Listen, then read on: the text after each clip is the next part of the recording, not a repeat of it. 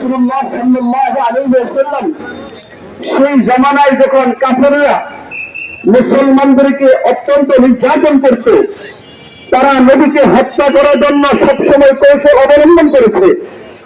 ওই সময় কাফেররা মুসলমানদেরকে ঘুমন্ত অবস্থায় আক্রমণ করে নাই। কিন্তু যাদের সাথে আমরা যাদেরকে দিনের দাওয়াত দিয়ে, যাদেরকে দিন বুঝাইলাম, যারা মাঠে খেতে কাজ করত, যারা সন্ত্রাসী কাজ করত, যারা চুরি করত, ডাকাতি করত, ওই সমস্ত লোকদেরকে আলেম ওলামা হাতে ধরে পায়ে ধরে যাদেরকে ইসলাম শিখাইলো, যাদেরকে সুন্নাত শিখাইলো, যাদেরকে নবী শিখাইলো, যাদেরকে কোরআন শিখাইলো, আজকে ওই সমস্ত লোকগুলো আলেম ওলামা তাবলীগী ছাত্রদেরকে তাহাজ্জুদ পড়া অবস্থায় তারা আক্রমণ করেছে। এটা প্রতিবাদের ভাষা আমরা খুঁজে পাই না। আমরা বলতে চাই, আমরা কোন মানুষের উপর আক্রমণ করব এই শিক্ষা আমরা উস্তাদ থেকে পাই নাই। আমরা দারুল উলুম দেওবন্দ থেকে আমাদেরকে এই শিক্ষা দেয় নাই।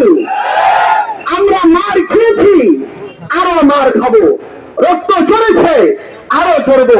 কিন্তু আমরা চাই তাদের হাতে ধরে পায়ে ধরে যে তোমরা জাহান্নামের আগুন থেকে বাঁচো, তোমরা জাহান্নামের আগুন থেকে বাঁচো। যদি তোমরা যেইভাবে আলেম ওলামাদেরকে হত্যা করার জন্য চেষ্টা করতেছো, যেমন নাকি তোমরা আলেম ওলামাদেরকে আক্রমণ করতেছো, ওই আয়াত তোমাদের উপর হিট হয়ে যাবে। যদি কোন মুসলমানকে ইচ্ছাকৃতভাবে কোন মানুষ হত্যা করে তার চিরস্থায়ী জাহান্নামে তার ঠিকানা হবে থাকছে না। এই জন্য আমরা চাই তারা আমাদের মুসলমান ভাই, তারা আমাদের দেশের ভাই। আমরা একসাথে বড় হয়েছি, তাদের হাতে ধরবো, আমরা পায়ে ধরবো। আমরা তাদেরকে বলি তোমরা আমাদের পথে আসো, আল্লাহর রাসূলের পথে আসো। তোমাদের এই পথ কিন্তু রাসূলের পথ নয়। এই পথ হলো ইন্ডিয়ার পথ, এই পথ হলো মোদির পথ, এই পথ হলো আমেরিকার পথ। জুড়ে বলেন ঠিক কিনা?